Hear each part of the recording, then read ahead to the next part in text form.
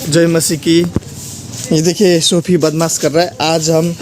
आज हम कैरल की तैयारी हो रही है। आज हमारे घर में कैरल है। आप सबका स्वागत है। और ये देखिए लाइट लगाए हैं मैंने और मेरी वाइफ ने। इतना ख़ास नहीं है लाइट, लेकिन अभी आपको ये देखने में इतना अच्छा नहीं लगेगा। ये मेरा घर है और अभी देखने में ये इतना अच्छा नहीं लगेगा। ये रात में देखना इतना खूबसूरत लगेगा ये लाइट। तो आज ये जो व्लॉगिंग है, आज हमारे चर्च के लोग आने वाले हैं कैरल मनाने। तो आप लोग साथ में रहिएगा। अब ये आपको ये जो लाइट दिखा रहा हूँ मैं, अब ये रात को देखना कैसा होगा ये। और यहाँ पर कैरल की तैयारी हो रही है। ग्रीन में मेरी मम्मी और वाइट में मामी और यहाँ पर दीदी रेड में मासी। और यहाँ पर बन रहा है गोभी और आलू की सब्जी। टिपा के हो। और यहाँ पर दाल मीट बनना है खाली। यहाँ पर अभी कुछ भी नहीं है। चिप्स मीट बनना है। मीट और चिप्स बहुत से आइटम बनेंगे आज। तो मेरे घर के पास में ही हम लोग कैरल की तैयारी कर रहे हैं। शाम को आएंगे चर्च के लोग। ये मेरा मामा का घर, मंझले मामा का, ये मेरी नानी का घर।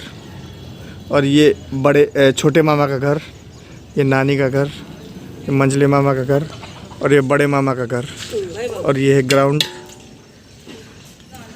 हम लोग सब इधर कैरल मनाएंगे और चर्च के लोग आएंगे शाम को। अब शाम को मिलते हैं। और ये है रात का सीन। देखिए रात को कितना खूबसूरत लगता है। देखा लाइट जल रहा है।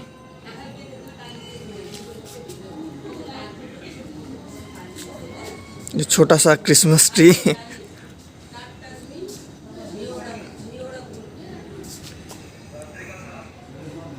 और ये सब मैंने और मेरी वाइफ ने सजाया है। ऊपर तक लाइट जा रहा है। एक बार फिर से दिखा देता हूँ।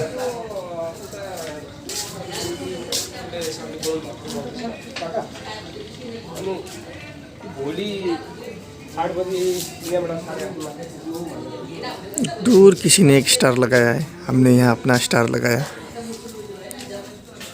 जरा सामने से एक बार देखते हैं।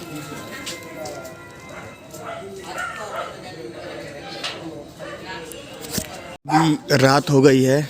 अभी सेवा होगी और प्रार्थना वगैरह सब होगा। जय मसीह। हमारे पास्टर ने आंटी सब लोग इधर बैठे हैं। अब चावल बनेगा, यहाँ पर सेवा होगी। फिर सेवा अभी होती है। फिर सेवा के बाद में अगाडि हामी प्रार्थना गर्नेछौँ। हुन्छ, हामी प्रार्थना गर्नेछौँ है। जीवितमान परमेश्वर पिता, तपाईको चरणमा हामी आउँछौँ र प्रभु तपाईको जन्मोत्सवको खुसियालीमा ईश्वरीय चाडलाई लिएर हामी गुटाबारीमा आएका छौँ। र प्रभु यहाँ रहनुहुनेहरू अनि हामी आउनेहरू सबैमा तपाईको निगाह रहेको छ। र जतिजना तपाईले छोराछोरीहरू आउँदै हुनुहुन्छ उहाँलाई तपाईँले सकुशल साथ आइपुग्नमा सहायता गरिदिनुहोस्।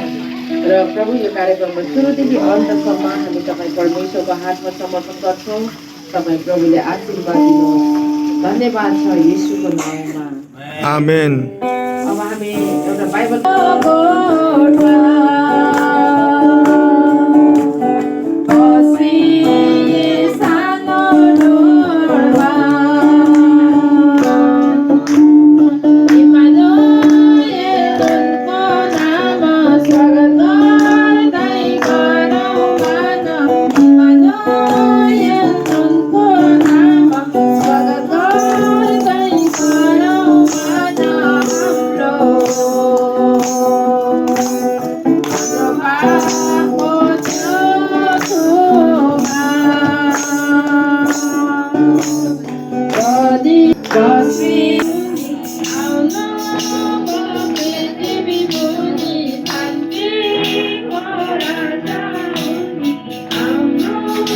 मम्मी लोग खाना पका रहे हैं। मेरी माँ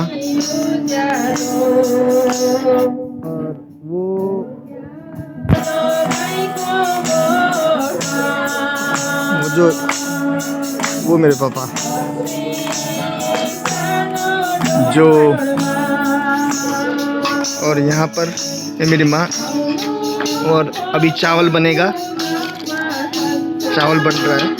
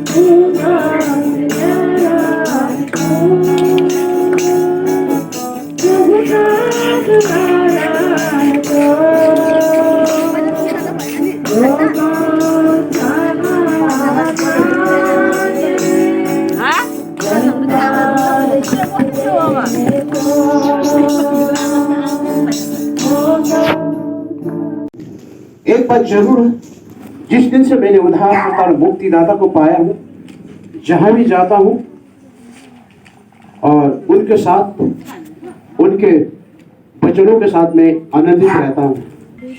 हम सबको एक बात मालूम होना चाहिए कि ये जो हम जो भी प्रोग्राम कर रहे हैं, ये फेस्टिवल नहीं है, लेकिन हमारा प्रभु दुनिया में आने से पहले ऐसे ही अगम भक्त द्वारा बोला गया वचन दुनिया में एक दिन पूरा हुआ। और उन्होंने बताया एक बालक पैदा होगा जिससे कि आदमी के उद्धार होगा, उससे सिवाय किसी के द्वारा उद्धार नहीं हो सकता है। मैंने या मेरे पूर्वजों ने अपनी जिंदगी में मोक्ष पाने के लिए दुनिया में जितने भी पशु बलि, बहुत सारे पशु बलि किया, लेकिन उसमें कोई मोक्ष नहीं था।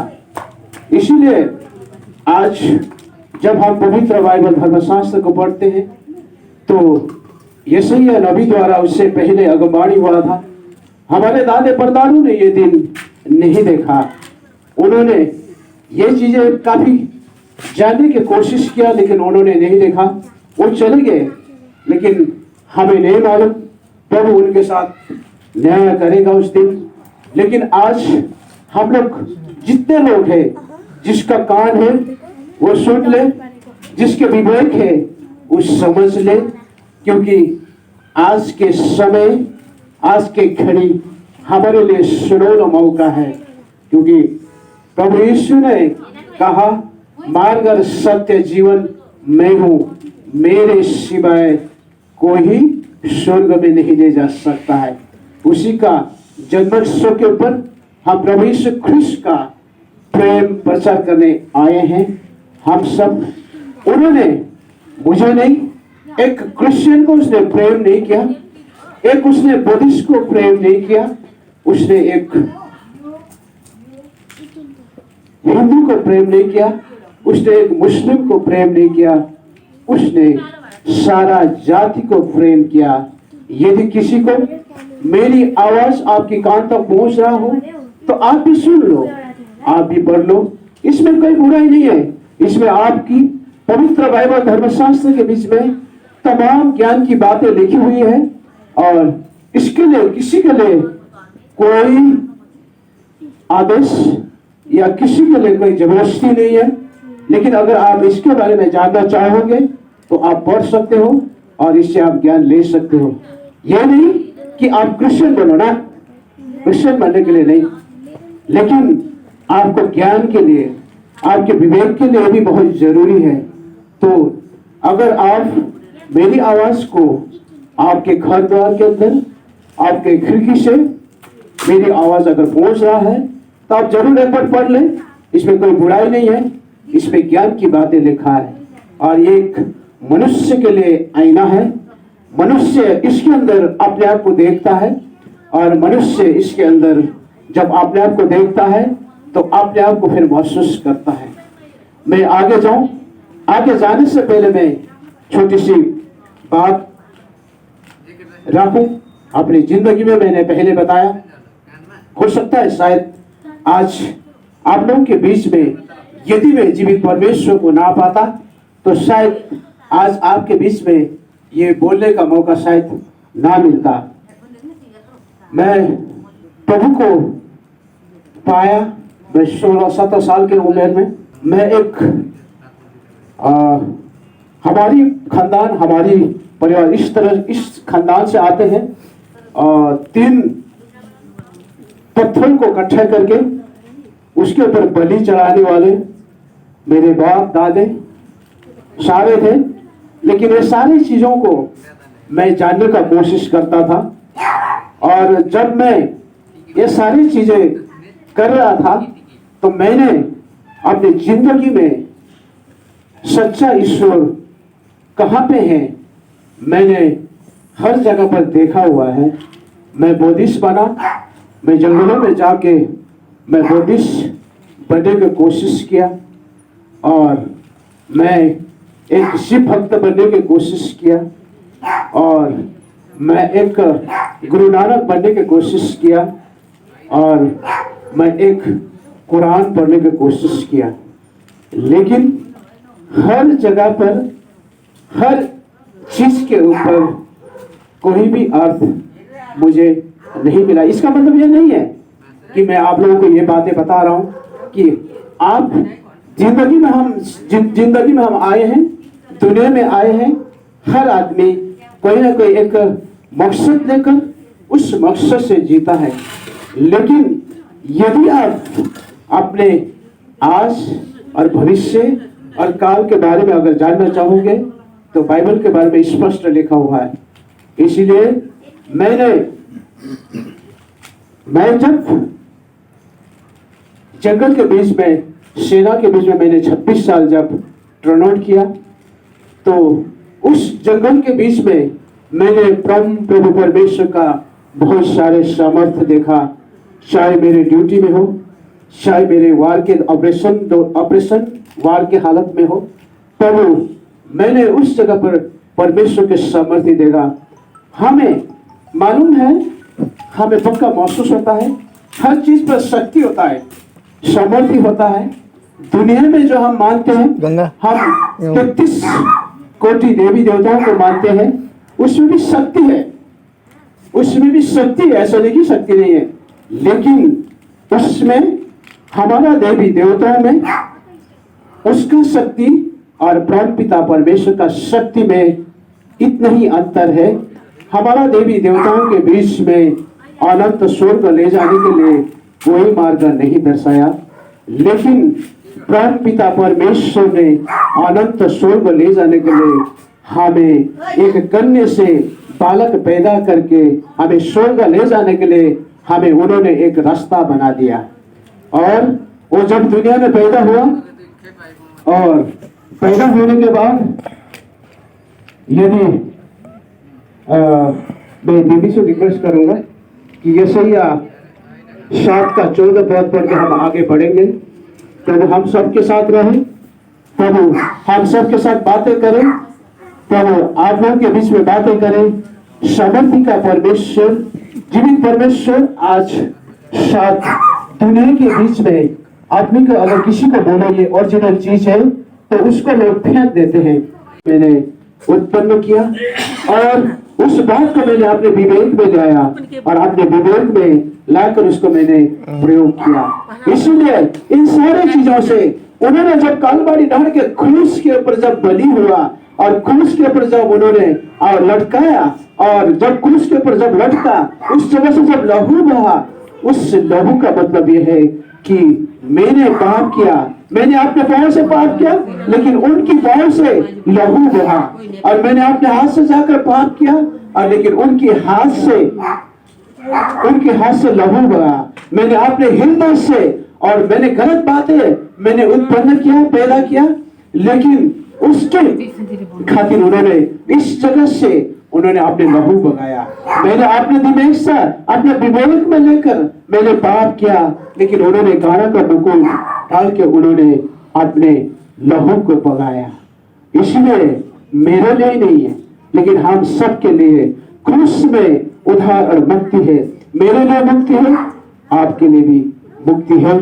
हम आज आपके प्रांगण में, आपके इस प्रांगण के बीच में हम यही बताने आए हैं कि प्रभु यीशु ख्रिस्त हम सब के लिए, सारा पृथ्वी के जाति के लिए, बल्कि पूरी गांव के लिए, पूरा स्टेट के लिए, पूरा देश के लिए, पूरा विश्व के लिए वो दुनिया आए हैं और उनके बीच में किसी के साथ कोई पक्षपात नहीं है। यदि क्रिश्चियन गलत करता है, यदि क्रिश्चियन और उसकी कहने के आधार पर नहीं चलता है तो वो भी उनको भी नहीं बख्शता, मुझे भी नहीं बख्शेगा। तो मेरे प्रियो मुझे माफ़ कीजिएगा, मैंने खाना बनाते हुए वीडियो बनाया, सब भजन गाते हुए वीडियो बनाया और उसके बाद में प्रार्थना में वीडियो बनाया, मैंने सब में वीडियो बनाया। मैंने मम्मी का मदद भी किया खाना बनाने में। लेकिन जब खाना खाने का टाइम आया और सब लोग खाना खाने लगे, मैं वीडियो रिकॉर्डिंग करना भूल गया। मुझे माफ़ करना इसके लिए। और इसके बाद क्या हुआ कि जब सब सेवा हुआ, हम सब ने खाना खाया और खाना खाने के बाद सब लोग अपने अपने घर चले गए। तो ये क्रिसमस कैरल हमने इस तरह से मनाया। तो मेरे प्रियो, बहुत लोग क्रिसमस नहीं भी मनाते हैं और बहुत लोग क्रिसमस मनाते हैं। देखिए, इसमें कुछ गलत नहीं है। अगर कोई यीशु मसीह का जन्मदिन मनाता भी है तो उसमें कुछ गलती नहीं है, कोई पाप नहीं है।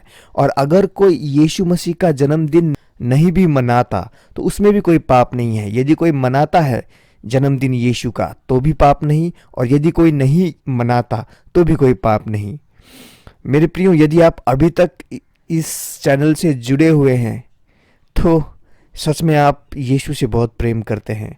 और मैं आपसे इतना ही कहना चाहूँगा, आप सबको यीशु मसीह के जन्मदिन की खुशी में हार्दिक शुभकामनाएं। हालांकि बाइबल में लिखा नहीं है कि यीशु का जन्म 25 तारीख को ही हुआ था, यानी 25 दिसंबर को हुआ था। बाइबल में केवल इतना लिखा है कि बहुत सर्दी का टाइम था उस वक्त जब यीशु का जन्म हुआ। लेकिन यदि कोई मनाता भी है यीशु का जन्मदिन तो उसमें क्या पाप है? कुछ भी पाप नहीं। और यदि कोई नहीं मनाता यीशु का जन्मदिन तो भी उसमें कोई पाप नहीं। कई लोग कहते हैं कि सेंटा क्लॉस शैतान का चिन्ह है, ये है वो है। अरे वो हो या ना हो, आप सेंटा क्लॉस को ना रखें, ये यदि है भी तो अगर शैतान का चिन्ह है भी तो आप सेंटा क्लॉस को ना रखें, आप केवल यीशु का जन्मदिन मनाइए, काफ़ी है। यदि आपने ये वीडियो अंत तक देखा है तो कमेंट्स में ज़रूर बताइएगा। आप सबका बहुत धन्यवाद वीडियो देखने के लिए। मिलते हैं अगली वीडियो में, तब तक के लिए जय मसीह की।